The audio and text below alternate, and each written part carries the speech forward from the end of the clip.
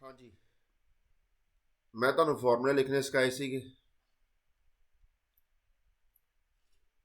ਫਾਰਮੂਲੇ ਲਿਖਣੇ ਸਿਖਾਏ ਸੀਗੇ ਤੁਹਾਨੂੰ। ਮੈਂ ਕਿਹਾ ਸੋਡੀਅਮ ਕਲੋਰਾਈਡ ਦਾ ਫਾਰਮੂਲਾ ਲਿਖੋ। ਸੋਡੀਅਮ ਕਲੋਰਾਈਡ ਦਾ ਫਾਰਮੂਲਾ ਲਿਖੋ। ਤੁਸੀਂ ਮੈਨੂੰ ਲਿਖ ਦਿੰਦੇ ਸੀਗੇ Na ਤੇ Cl। ਠੀਕ ਹੈ। ਤੁਹਾਨੂੰ ਮੈਂ ਕਿਹਾ ਤੁਸੀਂ ਵੇਖਿਆ ਨਾ ਵਾਟਰ ਦਾ ਫਾਰਮੂਲਾ, ਵਾਟਰ ਦਾ ਫਾਰਮੂਲਾ ਆਉਂਦਾ H2O।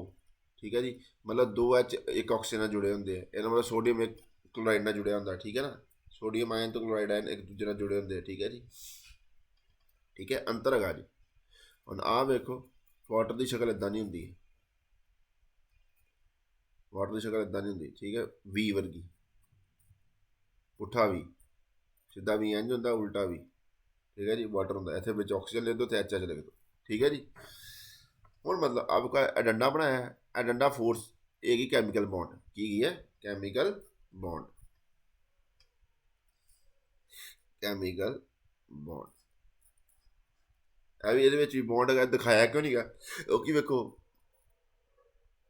ਇਹ ਆਕਰਸ਼ਣ ਹੈਗਾ। ਬਸ ਇਹ ਵੀ ਆਕਰਸ਼ਣ ਹੀ ਹੈ। ਬਟ ਚਲੋ ਮੰਨ ਲਓ ਤੁਸੀਂ ਇੱਕ ਬੌਂਡ ਹੈਗਾ ਜੀ। ਠੀਕ ਹੈ।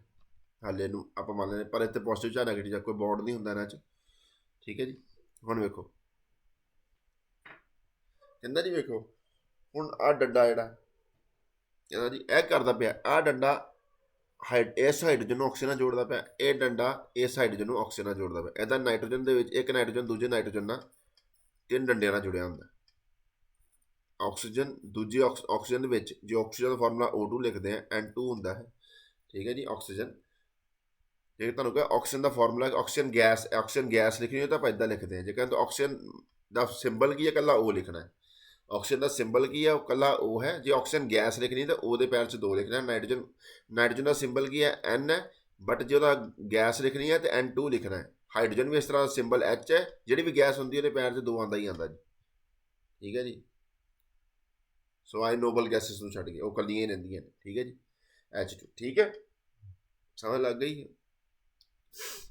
ਕੁਛ ਨਾ ਕੁਛ ਇੱਕ ਹਾਈਡਰੋਜਨ ਦੂਜੇ ਹਾਈਡਰੋਜਨ ਨਾਲ ਇੱਕ ਡੰਡੇ ਨਾਲ ਜੁੜਿਆ ਹੁੰਦਾ। ਹੁਣ ਆਹ ਡੰਡਾ ਕੀ ਹੁੰਦਾ? ਆਹੀ ਡੰਡੇ ਨੂੰ ਕੈਮੀਕਲ ਬੌਂਡ ਕਹਿੰਦੇ। ਇਹ ਬੌਂਡ ਹੈਗਾ ਜਿਹੜਾ ਇੱਕ ਐਟਮ ਨੂੰ ਦੂਜੇ ਐਟਮ ਨਾਲ ਜੋੜਦਾ।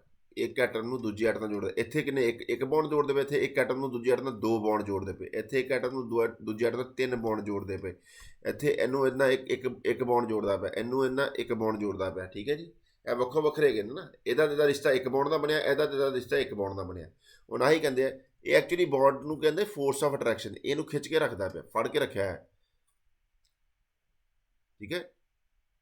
ਆਕਰਸ਼ਣ ਇਹਨਾਂ ਦੋਨਾਂ ਵਿੱਚ ਆਕਰਸ਼ਣ ਜਿਹੜਾ ਹੈਗਾ ਨਾ ਉਹਨੂੰ ਕਹਿੰਦੇ ਕੈਮੀਕਲ। ਕਿਸੇ ਵੀ 2 ਐਟਮ ਵਿੱਚ ਜਿਹੜਾ ਆਕਰਸ਼ਣ ਹੁੰਦਾ ਨਾ, ਕਿੰਨੀ ਜ਼ੋਰ ਦੀ ਆਕਰਸ਼ਣ ਹੁੰਦਿਆ ਵਾ, ਉਹਨੂੰ ਕਹਿੰਦੇ ਆ chemical bond. Is force that acts between 2 ਔਰ ਮੋਰ ਐਟਮਸ।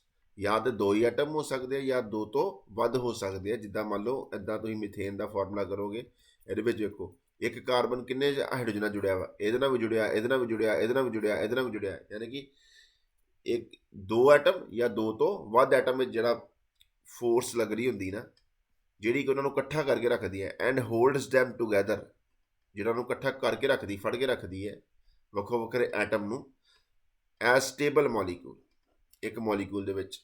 ਉਹਨੂੰ ਕਹਿੰਦੇ ਕੈਮੀਕਲ ਬੌਂਡ। ਪਰਿਭਾਸ਼ਾ ਕੈਮੀਕਲ ਬੌਂਡ ਦੀ ਹੁੰਦੀ ਹੈ ਕਿ ਇੱਕ ਇਹੋ ਜਿਹੀ ਫੋਰਸ, ਕਿਹੜੀ ਫੋਰਸ? ਆਕਰਸ਼ਣ ਵਾਲੀ ਫੋਰਸ। ਇਹੋ ਜਿਹਾ ਬਲ ਜਿਹੜਾ ਆਕਰਸ਼ਣ ਵਾਲਾ ਹੋਵੇ, ਜਿਹੜਾ ਕਿ ਵੱਖੋ ਵੱਖਰੇ ਐਟਮ ਨੂੰ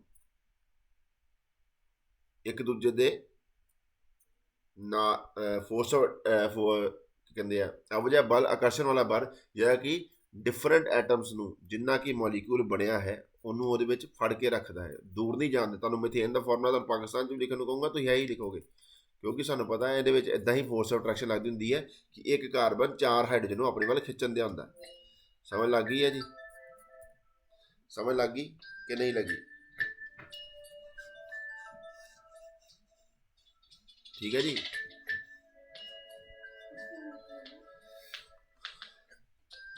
ਹੁਣ ਕੈਮੀਕਲ ਬੌਂਡ ਕੀ ਗਾ?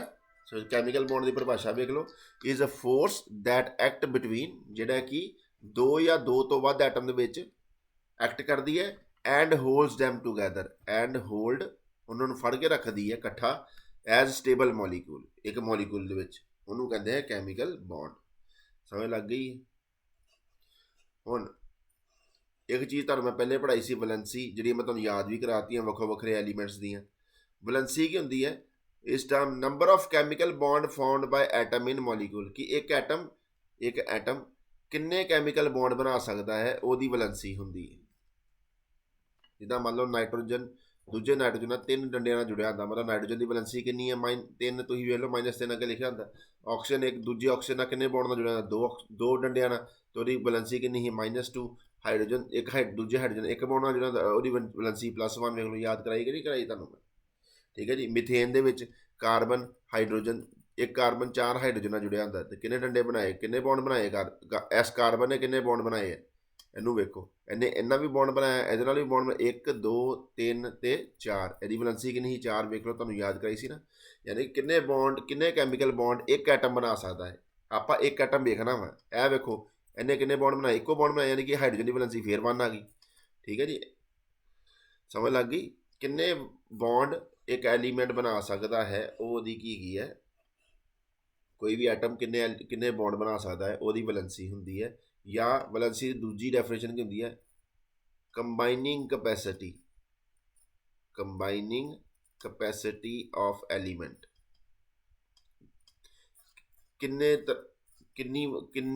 ਕਿੰਨੇ ਬੌਂਡ ਨਾਲ ਜੁੜ ਸਕਦਾ ਹੈ, ਉਹ ਉਹਦੀ ਹੁੰਦੀ ਹੈ ਵੈਲੈਂਸੀ। ਆਹੀ ਗੱਲ ਹੈਗੀ, ਕੰਬਾਈਨਿੰਗ ਕਪੈਸਿਟੀ ਆਫ ਐਲੀਮੈਂਟ। ਸਮਝ ਲੱਗ ਗਈ ਹੈ, ਗੱਲ ਪਤਾ ਲੱਗੀ। ਹਾਂਜੀ, ਜਾਂ ਤੀਜੀ ਪਰਿਭਾਸ਼ਾ ਵੈਲੈਂਸੀ ਦੀ ਤੀਜੀ ਪਰਿਭਾਸ਼ਾ ਕੀ ਆਏਗੀ, ਔਰ ਨੰਬਰ ਆਫ ਇਲੈਕਟ੍ਰॉन्स ਰਿਕਵਾਇਰਡ, ਕਿੰਨੇ ਇਲੈਕਟ੍ਰॉन ਚਾਹੀਦੇ ਹੈ ਟੂ ਕੰਪਲੀਟ, ਕੀ ਕੰਪਲੀਟ ਕਰਨਾ ਹੈ। 2 TO ਵਾਲਾ ਜੇ TW, ਇਹ ਵਾਲਾ 2 ਹੁੰਦਾ ਜੇ 2, ਇਹ ਵਾਲਾ 2 ਹੁੰਦਾ ਕਿੰਨੇ, ਕਿੱਥੋਂ ਤੱਕ, ਸੌਰੀ ਕਿੱਥੋਂ ਤੱਕ, ਇਹ 2 ਦਾ ਮਤਲਬ ਕਿੱਥੋਂ ਤੱਕ, ਇਹ 2 ਦਾ ਮਤਲਬ ਹੈ ਮੈਥ ਵਾਲਾ 2। Number of electrons required to complete, ਕੀ ਕੰਪਲੀਟ ਕਰਨਾ ਹੈ, ਪੂਰਾ ਕਰਨਾ ਹੈ, ਕਿ ऑक्टेट या डुपलेट। ऑक्टेट का मतलब 8 तो डुपलेट का मतलब 2। ठीक है जी, समझ लग गई। किन्ने इलैक्ट्रॉन रिक्वायर्ड है, number of electron required by element, by atom to complete, by atom कर लेना which, number of electron required by atom to complete octet और duplet is called valency. Valency की परिभाषा आ सकती है 3 परिभाषा ने, फिल इन द ब्लैंक की फॉर्म से भी आ जाता क्वेश्चन कि वैलेंसी की होंगी है जी। Combining capacity of element is called, इदा लिखा है अगर तुम लिख के आना वा वैलेंसी। किन्ने बॉन्ड एक एलीमेंट बना सकता है, वह भी आंसर की आएगा वैलेंसी। किन्ने इलैक्ट्रॉन उन्होंने चाहिए ऑक्टेट तो डुपलेट कंप्लीट करने वास्ते, वह आंसर भी क्या आएगा वैलेंसी। ठीक है जी, गल समझ लगी कि नहीं लगी। ठीक है जी, चलो जी, चलो जी अगे चलते हैं।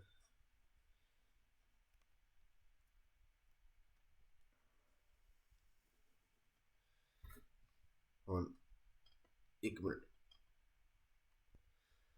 ਹੁਣ ਵੇਖੋ ਵੈਲੈਂਸੀ ਦੇ ਨਾਲ ਉਹ ਕੀ ਕਰਦਾ ਹੈਗਾ, ਵੈਲੈਂਸੀ ਦੇ ਨਾਲ ਉਹ ਕੀ ਕਰਦਾ ਹੈਗਾ, ਕੋਈ ਵੀ ਐਲੀਮੈਂਟ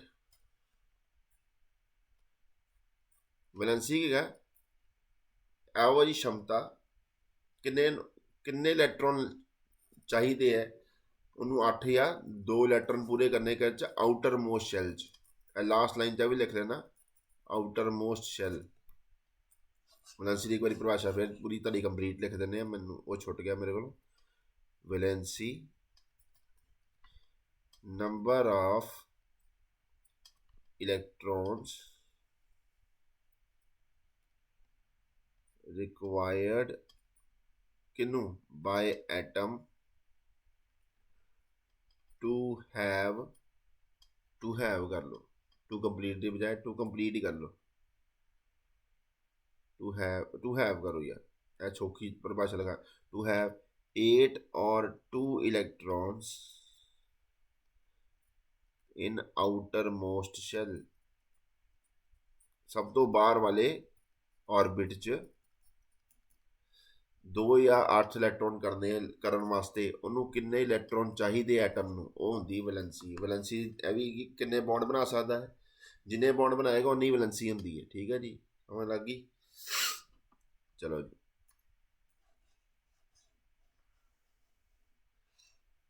ਹੁਣ ਤੁਹਾਨੂੰ ਮੈਂ ਕਿਹਾ ਵੈਲੈਂਸੀ ਕੀ ਹੁੰਦੀ ਹੈ, ਕਿੰਨੇ ਇਲੈਕਟ੍ਰੋਨ ਚਾਹੀਦੇ ਆ ਉਹਨੂੰ 2 ਜਾਂ 8 ਇਲੈਕਟ੍ਰੋਨ ਕਰਨ ਵਾਸਤੇ ਆਪਣੇ ਆਊਟਰ ਮੋਸਟ ਸ਼ੈੱਲ ਵਿੱਚ ਕਿਸੇ ਵੀ ਐਟਮ ਨੂੰ। ਹੁਣ ਤੁਸੀਂ ਕਨਫੀਗਰੇਸ਼ਨ ਲਿਖੀ ਸੀਗੀ, ਕਨਫੀਗਰੇਸ਼ਨ ਲਗਾਈ ਸੀ ਤੁਹਾਨੂੰ ਮੈਂ, ਆਹ ਵੇਖੋ ਜੋ ਕਨਫੀਗਰੇਸ਼ਨ ਲਿਖਦੇ ਸੀਗੇ। ਹੁਣ ਮੰਨ ਲਓ ਉਹ ਕਨਫੀਗਰੇਸ਼ਨ ਤੁਹਾਨੂੰ ਕੁਐਸਚਨ ਆਏ, ਤੁਸੀਂ ਕਨਫੀਗਰੇਸ਼ਨ ਉੱਦਾਂ ਲਿਖ ਕੇ ਆਉਣੀਆਂ ਨੇ। ਤੁਹਾਨੂੰ ਮੈਂ ਇੱਕ ਸੌਖਾ ਤਰੀਕਾ ਵੀ ਦੱਸਦਾ ਵਾਂ ਕਨਫੀਗਰੇਸ਼ਨ ਲਿਖਣ ਦਾ। ਇਹ ਇੱਥੋਂ ਤੁਹਾਨੂੰ ਪਤਾ ਲੱਗ ਜਾਏਗਾ ਵੈਲੈਂਸੀ ਕਿੱਦਾਂ ਕੱਢਣੀ। ਮੰਨ ਲਓ 1 ਤੋਂ ਲੈ ਕੇ 30 ਤੱਕ ਕਨਫੀਗਰੇਸ਼ਨ ਲਿਖੀ ਸੀ ਨਾ। ਹੁਣ ਵੇਖੋ ਆਹ ਜਿੱਦਾਂ ਤੁਸੀਂ ਲਿਖਦੇ ਨਾ ਹਾਈਡਰੋਜਨ ਦੀ ਕਨਫੀਗਰੇਸ਼ਨ 1 ਲਿਖਦੇ ਸੀਗੇ, 1s1, ਠੀਕ ਹੈ ਜੀ, ਇੱਦਾਂ ਲਿਖੀ ਸੀ ਨਾ। ਹਾਲੇ ਇਹਨੂੰ ਕੀ ਕਰਦਾ, ਜਾਂ ਤੇ ਇੱਕ ਇਲੈਕਟ੍ਰੋਨ ਹੋਰ ਲੈ ਲੇ ਤਾਂ ਕਿ ਆਰਬਿਟ ਪੂਰਾ ਭਰ ਜੇ। ਐਸ ਸਭ ਤੋਂ ਬਾਹਰ ਵਾਲਾ H 2 ਹੀ ਆ ਸਕਦੇ, ਐਸ ਪਹਿਲੇ ਸ਼ੈਲ 'ਚ 2 ਇਲੈਕਟ੍ਰੋਨ ਆ ਸਕਦੇ, ਤੋ ਇੱਕ ਹੋਰ ਲੈ ਲੇ ਜਾਂ ਇੱਕ ਛੱਡ ਦੇ, ਤਾਂ ਹੀ ਦੀ ਵੈਲੈਂਸੀ +1 ਹੈਗੀ ਹੈ। ਛੱਡ ਦਿੰਦਾ ਜ਼ਿਆਦਾਤਰ ਇਹ, ਠੀਕ ਹੈ। ਤੇ ਵੇਖੋ ਸਾਨੂੰ ਮੈਂ ਕਿਹਾ ਵੈਲੈਂਸੀ ਕੀ ਹੈ, ਕਿੰਨੇ ਇਲੈਕਟ੍ਰੋਨ ਨੂੰ ਚਾਹੀਦੇ ਆ ਐਟਮ ਨੂੰ ਕਿ ਉਹਦੇ ਆਊਟਰ ਮੋਸਟ ਸ਼ੈੱਲ ਵਿੱਚ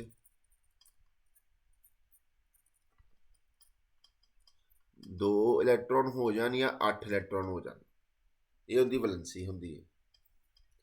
ਇਹ ਚੀਜ਼ ਨੂੰ ਪੂਰਾ ਕਰਨਾ ਕੋਈ ਵੀ ਐਟਮ ਇਹ ਚੀਜ਼ ਨੂੰ ਕਿੱਦਾਂ ਕਰ ਸਕਦਾ, 3 ਤਰੀਕਿਆਂ ਨਾਲ। ਦਿਸ can be done by 3 ways, 3 ways। ਇੱਕ ਹੁੰਦਾ ਆਇਨਿਕ ਬੌਂਡ, ਕੈਮੀਕਲ ਬੌਂਡ ਜਿਹੜਾ ਹੁੰਦਾ 3 ਤਰ੍ਹਾਂ ਦਾ ਹੋ ਸਕਦਾ। ਫਿਰ ਕੋਵਲੈਂਟ ਬੌਂਡ ਤੇ ਕੋਆਰਡੀਨੇਟ ਬੌਂਡ। ਕੋਈ ਵੀ ਐਟਮ ਕਿੰਨੇ ਤਰੀਕੇ, this can be done by 3 ways। Chemical bond ਕਿੰਨੇ ਤਰ੍ਹਾਂ ਦਾ ਹੁੰਦਾ ਹੈ, 3 ਤਰ੍ਹਾਂ ਦਾ ਹੁੰਦਾ। ਕੈਮੀਕਲ ਬੌਂਡ ਕਿੰਨੇ ਤਰ੍ਹਾਂ ਦਾ ਹੁੰਦਾ, ਤਾਂ ਆਪਾਂ ਕੈਮੀਕਲ ਬੌਂਡ ਪੜ੍ਹ ਲਿਆ ਵਾ। ਵੈਲੈਂਸੀ ਕੀ ਹੁੰਦੀ, ਬੌਂਡ ਬਣਾਉਣਾ। ਬੌਂਡ ਕਿੰਨੇ ਤਰੀਕੇ ਨਾਲ ਬਣਾ ਸਕਦਾ ਹੈ, ਆਇਨਿਕ, ਕੋਵਲੈਂਟ ਤੇ ਕੋਆਰਡੀਨੇਟ। ਕੋਈ ਵੀ ਠੀਕ ਹੈ ਜੀ, ਤੁਸੀਂ ਇੱਦਾਂ ਕਰ ਸਕਦੇ ਹੋ। ਤੁਸੀਂ ਪੜ੍ਹਿਆ ਸੀ ਵੈਲੈਂਸੀ ਕੀ ਹੈ, ਬੌਂਡ ਬਣਾਉਣਾ। ਕਿਹੜਾ ਬੌਂਡ, ਕੈਮੀਕਲ ਬੌਂਡ ਬਣਾਉਣਾ, ਅਸੀਂ ਪੜ੍ਹਿਆ ਨਾ ਉਹਨੇ। ਤੇ ਕੈਮੀਕਲ ਬੌਂਡ 3 ਤਰੀਕੇ ਨਾਲ ਬਣਾਇਆ ਜਾ ਸਕਦਾ। ਕੈਮੀਕਲ ਬੌਂਡ 3 ਟਾਈਪ ਦਾ ਹੋ ਸਕਦਾ, ਆਇਨਿਕ ਬੌਂਡ, ਕੋਵੈਲੈਂਟ ਬੌਂਡ ਤੇ ਕੋਆਰਡੀਨੇਟ ਬੌਂਡ।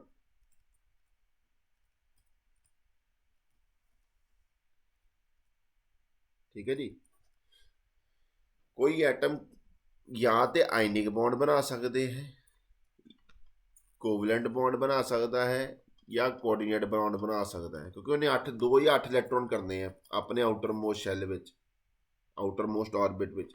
ਤੇ ਇਹ ਚੀਜ਼ ਆਪਣੇ ਸਭ ਤੋਂ ਬਾਹਰ ਵਾਲੇ ਖਾਨੇ 'ਚ ਉਹਨੇ ਜਾਂ 2 ਇਲੈਕਟ੍ਰੋਨ ਕਰਨੇ ਜਾਂ 8 ਇਲੈਕਟ੍ਰੋਨ ਕਰਨੇ ਆ। ਸਮਝ ਲੱਗ ਗਈ, ਠੀਕ ਹੈ, ਸਭ ਬਾਹਰ ਵਾਲੇ ਆਰਬਿਟ 'ਚ, ਠੀਕ ਹੈ। ਤੇ ਉਹ ਚੀਜ਼ ਨੂੰ ਕਰਨ ਵਾਸਤੇ ਕਿੰਨੇ ਇਲੈਕਟ੍ਰੋਨ ਚਾਹੀਦੇ, ਉਹ ਕਿੰਨੇ ਉਹਨੂੰ ਬੌਂਡ ਬਣਾਉਣੇ ਪੈਣਗੇ। ਤੇ ਉਹ ਬੌਂਡ ਕਿੰਨੇ ਤਰੀਕੇ ਨਾਲ ਬਣਾ ਸਕਦਾ, 3 ਤਰੀਕੇ ਨਾਲ ਬਣਾ ਸਕਦਾ ਹੈ, ਆਇਨਿਕ ਬੌਂਡ, ਕੋਵਲੈਂਟ ਬੌਂਡ ਤੇ ਕੋਆਰਡੀਨੇਟ ਬੌਂਡ। ਸਮਝ ਲੱਗ ਗਈ, ਆਇਨਿਕ ਬੌਂਡ, ਕੋਵਲੈਂਟ ਬੌਂਡ ਤੇ ਕੋਆਰਡੀਨੇਟ ਬੌਂਡ। ਕੈਮੀਕਲ ਬੌਂਡ ਕਿੰਨੀ ਤਰ੍ਹਾਂ ਦਾ ਹੈ, ਇਹੀ 3 ਤਰ੍ਹਾਂ ਦਾ ਹੈ। ਠੀਕ ਹੈ ਜੀ, ਇਸ ਤੋਂ ਅਗਲੇ ਲੈਕਚਰ ਤੇ ਇਹਨਾਂ ਦਾ ਬਾਰੇ ਪੜਾਂਗੇ ਕਿਸ ਤਰ੍ਹਾਂ ਹੁੰਦਾ। ਠੀਕ ਹੈ, ਥੈਂਕ ਯੂ।